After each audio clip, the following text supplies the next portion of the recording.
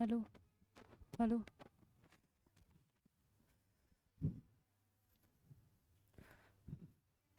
नमस्कार। राधे राधे। आप सभी का स्वागत है जीनियस कोचिंग क्लासेस के यूट्यूब चैनल पर। आप हम सब जो है भाई 24 जुलाई का जो है करंट अफेयर पढ़ेंगे। पहला क्वेश्चन क्या है? पहला क्वेश्चन है, बीसीसीआई ने पेरिस ओलंपिक में कैंपेन के लिए कितने रुपए का योगदान दिया है? इसके ऑप्शन आपके सामने हैं। पहला ऑप्शन है 7.5 करोड़, दूसरा ऑप्शन है 8.5 करोड़, फिर है 9.5 करोड़, फिर है 10.5 करोड़। बताइए, बीसीसीआई जो भाई हमारे भारत का जो इंडिया का जो क्रिकेट नियामक एक संस्था है जिसको नियंत्रित करती है, क्रिकेट को नियंत्रित करती है बीसीसीआई बोर्ड कंट्रोल जो इंडिया है ना, जो मतलब बोर्ड कंट्रोल करती है क्रिकेट को, ठीक है। एक ऐसा बोर्ड जो कंट्रोल करती है क्रिकेट को, ऐसी संस्था है। और इसकी स्थापना जो हुई थी भाई 1928 में। कब हुई थी? 1928 में इसकी स्थापना हुई थी। इसका मुख्यालय जो है मुंबई में इसका मुख्यालय में है। और जो मुंबई इसका जो मुख्यालय है वहाँ पर हमारे जो सचिन तेंदुलकर जो है उनकी प्रतिमा का जो है उद्घाटन हुआ था। आप सभी ने सुना होगा। कौन से मुख्यालय में? बीसीसीआई के मुख्यालय में। अब इसने जो है पेरिस ओलंपिक के लिए हमारे इंडिया के बोर्ड को कितना अनुदान दिया है, ये आपसे पूछा गया है। और ये इसका आंसर है 8.5 करोड़ रुपए जो है अनुदान दिया गया है। भारतीय क्रिकेट कंट्रोल बोर्ड ने जो इंडियन ओलंपिक एसोसिएशन, हमारा भारत जो ओलंपिक में जब खेलने जाता है तो कौन सी संस्था काम करती है भाई? आईओए। इसका फुल फॉर्म क्या है? Indian Olympic association. इसी को दिया गया है बीसीसीआई के द्वारा अनुदान। कितना अनुदान दिया गया है? 8.5 करोड़ रुपए का। चलिए, बीसीसीआई के सचिव जो कौन है? बीसीसीआई के सचिव हैं भाई जय शाह। इसको अच्छे से याद रखें, सभी को पता भी होगा। सोशल मीडिया प्लेटफॉर्म एक्स पर इसकी जानकारी दी है। ये कोई महत्वपूर्ण बात नहीं है। जो पेरिस ओलंपिक 2024 ये कब होने वाला है? ये होने वाला है, ये जुलाई से स्टार्ट होगा। 26 जुलाई से स्टार्ट होकर भाई ये 11 अगस्त तक चलेगा। पेरिस ओलंपिक जो है कब से भाई? 26 जुलाई से स्टार्ट होके भाई कब तक चलेगा? 11 अगस्त तक ये चलने वाला है। और इसी के लिए जो हमारे भारत का इंडियन ओलंपिक एसोसिएशन को भाई बीसीसीआई के द्वारा जो है अनुदान दिया गया है कि इस पेरिस ओलंपिक में जो है अच्छा प्रदर्शन करने के लिए अनुदान दिया गया है। और इसमें जो है भारत के 117 खिलाड़ी जो है प्रदर्शन करेंगे। कितने खिलाड़ी प्रदर्शन करेंगे? 117 प्रदर्शन करेंगे। और बीसीआई के जो अध्यक्ष हैं रोजर बिन्नी, क्या नाम है? रोजर बिन्नी। और मुख्यालय जो है मुंबई में। और इसकी स्थापना जो मैंने आपको बता दी है, दिसंबर 1928 में बीसीसीआई की स्थापना की गई थी। दूसरा क्वेश्चन है, महिला T20 इंटरनेशनल में सर्वाधिक रन बनाने वाली भारतीय खिलाड़ी कौन बनी है? इसके ऑप्शन आपके सामने हैं। स्मृति मंधाना, दूसरा ऑप्शन है हरमनप्रीत कौर, तीसरा ऑप्शन है शेफाली वर्मा, फिर है दीप्ति शर्मा। बताइए इसका आंसर। चलिए, इसका जो आंसर है वो है स्मृति मंधाना। स्मृति मंधाना ने जो है महिला T20 इंटरनेशनल जो क्रिकेट है उसमें जो है भाई हरमनप्रीत का एक रिकॉर्ड तोड़ दिया है। पहले ये रिकॉर्ड जो है वो किसके पास था? हरमनप्रीत के पास था। अब जो है स्मृति मंधाना के पास चला गया है। चलिए, इनको जो है बीसीसीआई ने इस बार जो है जैसे प्लेयर ऑफ द मंथ देते हैं ना, इस बार हमको हमारे जो बुमराह को मिला था। और जो player of the month female category में आई है वो कौन है? स्मृति मंधाना। चलिए आगे बढ़ते हैं। भारत की स्टार महिला खिलाड़ी स्मृति मंधाना जो है T20 इंटरनेशनल में सर्वाधिक रन बनाने वाली खिलाड़ी बन गई हैं। जो खिताब जो है हरमनप्रीत के पास था, अब जो है स्मृति मंधाना के नाम पर आ गया है। इन्होंने उपलब्धि कहां पर किस मैच में की? ये एशिया कप 2024 मैच में पाकिस्तान के खिलाफ खेल रही थी, तब ये उपलब्धि जो है इन्होंने हासिल की है। इनके कुल जो भाई रन हो चुके हैं 33,056 जो है वो इनके रन हो चुके हैं। पर अब तो बढ़ चुके हैं, तब ये रिकॉर्ड बनाया था तब उनके ये रन हो चुके हैं। अब तो ये खेल खेल के और भी इनके रन बढ़ चुके हैं। अब तीसरा क्वेश्चन क्या है? तीसरा क्वेश्चन है, आर्थिक सर्वेक्षण 2023-24 में पीएम किसान योजना की राशि कितने करने की सिफारिश की गई है? इसके ऑप्शन आपके सामने हैं। 8,000, 10,000, 12,000, 14,000। बताइए इसका आंसर। आप सभी को पता होगा कि ये जो भाई पीएम किसान योजना है इसमें 6 2000 की किस्तों से 3 किस्त लगती थी और टोटल मिलते थे 6000। अब जो है भाई इस बजट में जो है इसकी जो है राशि बढ़ाने का सिफारिश की गई है, और कितनी की गई है, 6000 से भाई 8000 तक की जो है राशि बढ़ाने के लिए की गई है। अब जो निर्मला सीतारमण जी हैं, आप सभी को पता है कि कॉर्पोरेट मंत्रालय और जो वित्त मंत्रालय है वो किसके पास है, वो हमारी जो है निर्मला सीतारमण जी के पास में है। उन्होंने जो है जो अभी नई निर्वाचित सरकार हुई है उसका पहला बजट जो है अब पेश होने वाला है। 23 मतलब जो कल है, कल पेश हो गया है। 23 जुलाई को जो है ये बजट पेश होना था, जो हो चुका है। और वित्त मंत्रालय की मंत्री कौन है भाई, निर्मला सीतारमण जी। चलिए आगे बढ़ते हैं। ये 23 जुलाई को ये 7वीं बार केंद्रीय बजट पेश करेंगी। मतलब ये सरकार जब से ये वित्त मंत्री के पद पर है, जितनी भी सरकार बनी है, तो ये 7वीं बार अपना जो है बजट पेश करेंगी। और नवनिर्वाचित जो सरकार है, एनडीए की जो सरकार है, उसमें जो है पहली बार जो है अपना जो है बजट पेश करने वाली है। हाल ही में चुनी गई एनडी सरकार का पहला बजट होगा। ये सबको पता है कि कृषि क्षेत्र में आरएनडी के निवेश की मांग की गई है। वही पीएम किसान योजना की किस्त बढ़ाकर 8000 किए जाने की मांग भी की गई है। और हमने ये क्वेश्चन भी पढ़ा था, आपको अगर याद हो, कि जो पीएम किसान योजना है उसमें बहुत सारे जो किसान हैं इस योजना से हट चुके हैं। बहुत सारे अच्छी खासी मात्रा में ये जो किसान योजना है इसका लाभ बहुत लोग नहीं ले रहे हैं और इस योजना से हट गए हैं। चौथा क्वेश्चन आप सभी के सामने है। मनोलो मार्केज को भारतीय पुरुष फुटबॉल टीम का मुख्य कोच बनाया गया, वह किस देश के हैं? इसके ऑप्शन आपके सामने हैं, स्पेन, जर्मनी, ऑस्ट्रेलिया और अर्जेंटीना। बताइए इसका आंसर क्या है? और इसका जो आंसर है वो है स्पेन। ये कहाँ के हैं?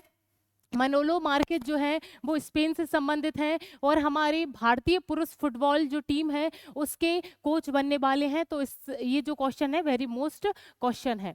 चलिए आगे बढ़ते हैं।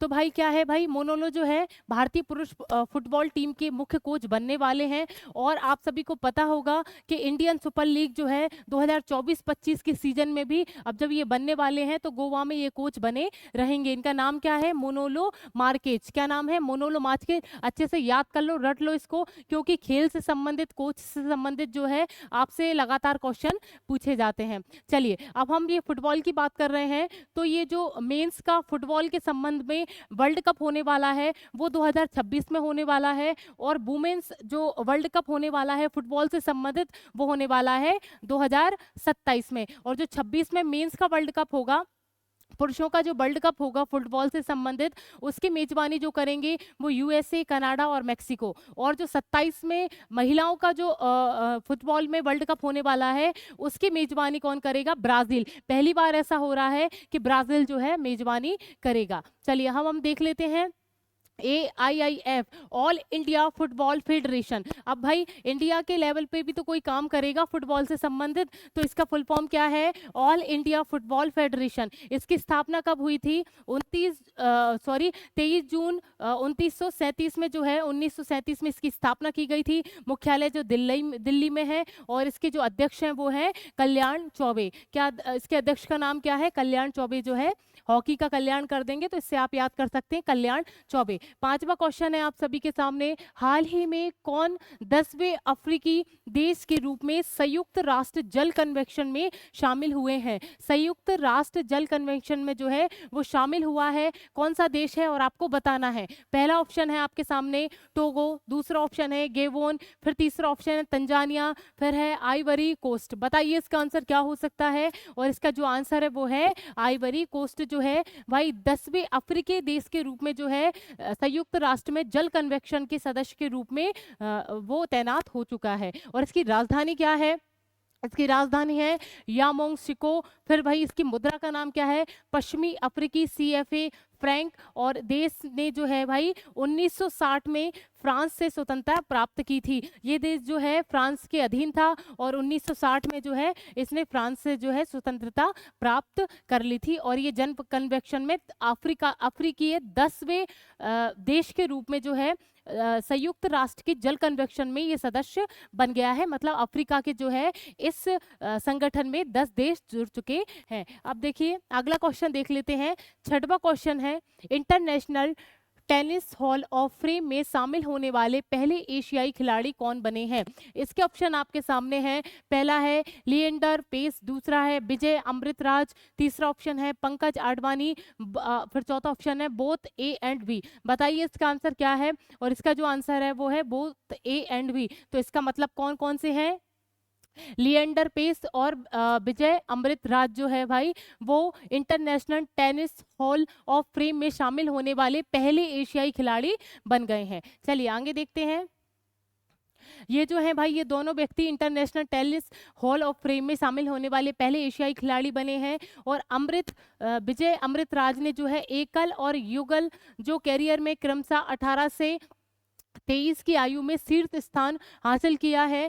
विजय अमृतराज जो है, इन्होंने अपने गेम में जो है एकल तरीके से भी खेले हैं और युगल तरीके से भी खेले हैं, टीम में भी खेले हैं और खुद अकेले भी खेले हैं, और इन्होंने जो है अच्छा प्रदर्शन किया है। और संपूर्ण यात्रा में 13 युगल और 15 एकल खिताब जो है इन्होंने जीते हैं। किसने जीते हैं? विजय अमृतराज ने।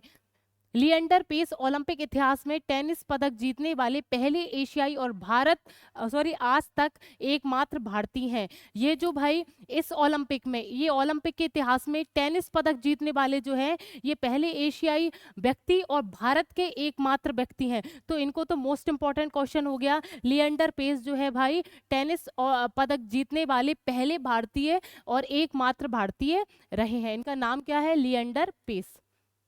7वां क्वेश्चन है, पीएम सूर्य घर योजना के तहत किस वर्ष तक भारत में सभी सरकारी इमारतों का 100% सौर ऊर्जा से उपयोग करना अनिवार्य है? इसके ऑप्शन आपके सामने हैं। 2030, 2025, 2027, 2028। इसका आंसर बताइए, किसी को आंसर पता है तो? चलिए, इसका जो आंसर है वो है 2025। 2025 तक जो है वो सोलर पैनल, आप सभी जानते हो कि सूर्य से हम जो एनर्जी बनाते हैं उसको हम सौर ऊर्जा बोलते हैं, उसका प्रयोग करना जो है 2025 तक हर किसी को अनिवार्य रूप से ये हो जाएगा। तो इसके योजना का नाम क्या है? पीएम सूर्य घर योजना। ठीक है। और बहुत सारी योजना, सोलर पैनल से बहुत सारी योजनाएं चली थी। छत पर लगवाएंगे तो उसके लिए अलग योजना, बहुत सारा आपको अनुदान भी दिया जाता है। पीएम सूर्य घर योजना के तहत 2025 तक जो है भारत के सभी सरकारी इमारतों पर, कहाँ पर भाई? सरकारी इमारतों पर जो है 100% सौर ऊर्जा का जो है उपयोग करना अनिवार्य है। और ये जो है लक्ष्य उन्होंने ज़्यादा दूर का नहीं रखा है, 2025 का ही उन्होंने लक्ष्य रखा है। और इसकी स्थापना कब हुई थी, इसकी शुरुआत कब हुई थी? ये जनवरी 2024 में ही, फरवरी में ही हुई थी, 2024 में। और इसकी डेट क्या थी? 15 फरवरी 2024 को ये जो है योजना लागू की गई थी हमारे प्राइम मिनिस्टर के द्वारा। अब अगला क्वेश्चन है, हाल ही में चांदीपुरा वायरस संक्रमण के कारण बच्चों की मौत कहाँ हुई है? इसके ऑप्शन आपके सामने हैं। कर्नाटक, केरल, गुजरात, महाराष्ट्र। बताइए इसका आंसर क्या हो सकता है? और इसका जो आंसर है वो है गुजरात। गुजरात में जो है चांदीपुरा वायरस, उसके संक्रमण से पहली मौत कौन से राज्य में देखी गई? गुजरात राज्य में ये जो है पहली मौत देखी गई। पर ये जो चांदीपुरा जो है, वो चांदीपुरा नाम क्यों रखा है? क्योंकि सबसे पहले हमने इस वायरस का मरीज खोजा था वो महाराष्ट्र के चांदीपुरा क्षेत्र से खोजा था, तो उसका नाम भी चांदीपुरा ही पड़ गया है। पर हमने जो इस वायरस से संक्रमित होने के बाद मृत्यु की खबर पहली आई है, वो किस राज्य से संबंधित है? गुजरात। ठीक है। तो ये जो आप महाराष्ट्र और गुजरात का जो है अच्छे से आप याद रखें। ठीक है, इसमें कुछ याद करने की आवश्यकता नहीं है। चांदीपुरा वायरस संक्रमण जानने के योग ये लक्षण दिए गए हैं, आप नॉर्मल पढ़ लीजिएगा। बुखार आना, बहुत तेजी से बुखार आना, और जो है बहुत ज़्यादा तेज तरीके से सिर दर्द करना, बेहोशी आना, उल्टी आना, बार बार ऐठन होना, ये सब इसके जो है लक्षण है, आप एक बार पढ़ लीजिएगा। अब भाई गुजरात की राजधानी गांधीनगर, भूपेंद्र भाई पटेल जो है इसके मुख्यमंत्री हैं, और आचार्य देवव्रत जो है वो इसके राज्यपाल हैं। गिर राष्ट्रीय उद्यान, ब्लैक बग और बशदा और मेरीन जो है इसके राष्ट्रीय उद्यान है। कहाँ के? गुजरात के जो है राष्ट्रीय उद्यान ये हैं, आप अच्छे से पढ़ें। लोक नृत्य सभी को पता है, गरबा सबका लोकप्रिय होता है भाई। बांध कौन कौन से हैं? सरदार सरोवर बांध और दांतीवाड़ा जो बांध है वो कहाँ पर है? गुजरात में। गरबा को यूनेस्को विरासत में की सूची में शामिल किया गया है? ये हमने पहले भी पढ़ चुके हैं, हम इसको रिवीजन कर रहे हैं कि गरबा जो है यूनेस्को विरासत में इसको सूची में शामिल कर लिया गया है। दुनिया की सबसे बड़ी ऑफिस बिल्डिंग जो है, ऑफिस बिल्डिंग दुनिया की बात चल रही है, तो ऑफिस बिल्डिंग जो है वो गुजरात के सूरत शहर में स्थापित की जा रही है। यूएस की चिप कंपनी माइक्रोन, कौन सी भाई? यूएस की कंपनी है माइक्रोन, भारत के किस राज्य में सेमीकंडक्टर असेंबली स्थापित करने वाली है? वो भाई गुजरात। कौन से राज्य में है? गुजरात। किस राज्य में कारापारा जो भाई परमाणु ऊर्जा परियोजना बनाई जा रही है, वो कहाँ पर? वो गुजरात में बनाई जा रही है, ये भी आप सभी को पता है, काकरा पार। ठीक है, चलिए अगला क्या पॉइंट है, एक मिनट रुकिएगा। अगला पॉइंट है, देश के सबसे लंबे केबल पुल का उद्घाटन जो है वो द्वारका में होगा। कहाँ पर भाई? देश के सबसे लंबे पुल जो है वो गुजरात के द्वारका में ये स्थापित किया जाएगा। देश का सबसे लंबा पुल जो है ये कहलाने वाला है। अब नवा क्वेश्चन है, हाल ही में HSBC का नया CEO किसे नियुक्त किया गया है? इसके ऑप्शन आपके सामने हैं, जॉर्जेस एल हेनरी, फिर दूसरा ऑप्शन है अर्सुला वांडेर, फिर तीसरा ऑप्शन है एंटोनियो गुटेरेस, और भाई मार्क रूट। बताइए इसका आंसर क्या हो सकता है? आप सभी को ये दो ऑप्शन तो आप वैसे भी कट कर देंगे, हमने पढ़ रखे हैं कि ये तो बहुत मोस्ट हैं। आप सभी कमेंट में बताएंगे कि हमने इनके बारे में क्या पढ़ा है और ये किसके अध्यक्ष या कुछ प्रमुख होंगे, तो आप मुझे इसका आंसर देंगे। और इसका सही आंसर क्या है? George's L handy. क्या नाम है? जॉर्जेस एल हेंडी जो है वो किसके? HSCB के जो है प्रमुख या CEO के रूप में अभी नियुक्त हुए हैं। चलिए पढ़ लेते हैं एक बार।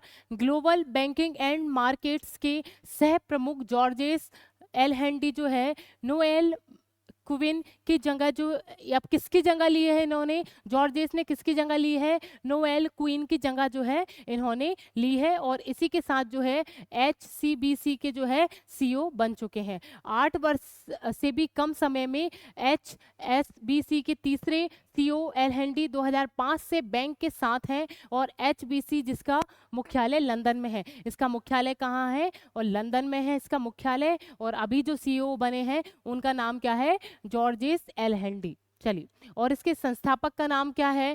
Thomas Sutherland. और इसकी स्थापना कब हुई थी? 1865 में इसकी स्थापना हुई थी, 3 मार्च 1865 में।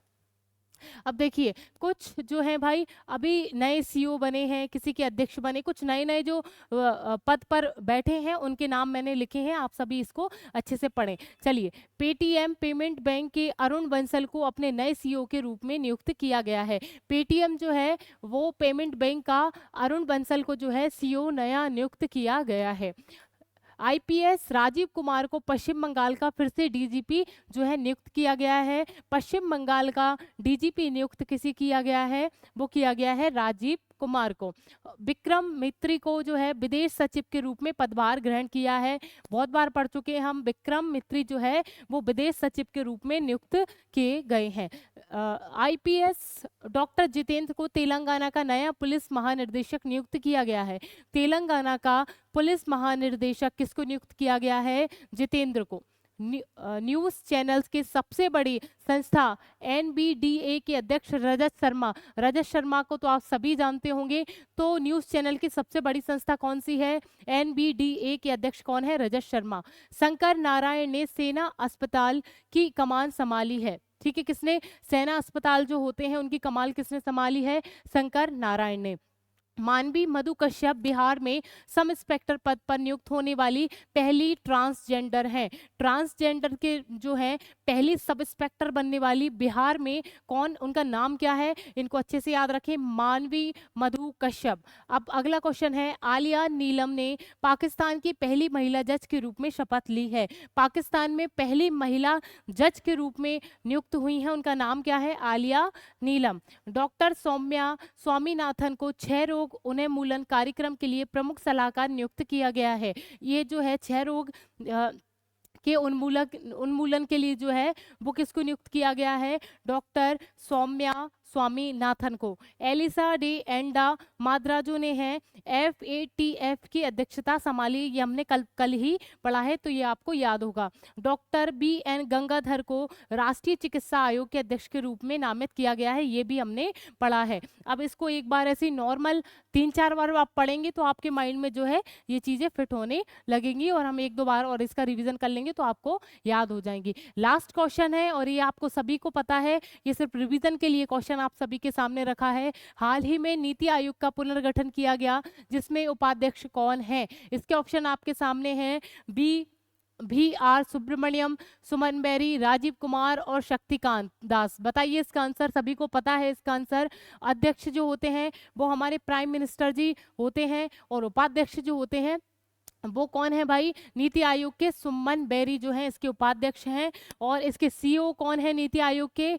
BVR सुब्रमण्यम इसके CEO हैं, और राजीव कुमार जो हैं चुनाव आयुक्त हैं, और शक्तिकांत दास जो हैं वो RBI के गवर्नर हैं। ठीक है, तो उपाध्यक्ष पूछा गया था, तो सुमन बेरी जो है नीति आयोग के उपाध्यक्ष हैं। और इसकी स्थापना कब हुई थी ये भी हमको पता है, 2015, 1 जनवरी 2015 को नीति आयोग की स्थापना की गई। नई दिल्ली में इसका मुख्यालय है। अध्यक्ष जो मैंने आपको बता दी हैं, उपाध्यक्ष के बारे में हमने बात कर ली है, और BVR सुब्रमण्यम जो है वो इसके CEO नियुक्त किए गए हैं।